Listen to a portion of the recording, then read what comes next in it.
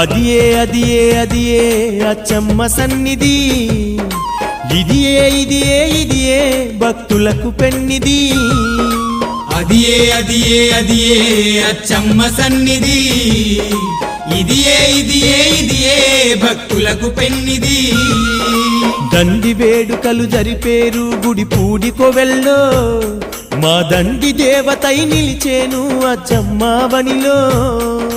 దండి వేడుకలు జరిపేరు గుడి పూడి కోవెల్లో, మా దండి దేవతై నిలిచేను అచ్చమ్మ వనిలో.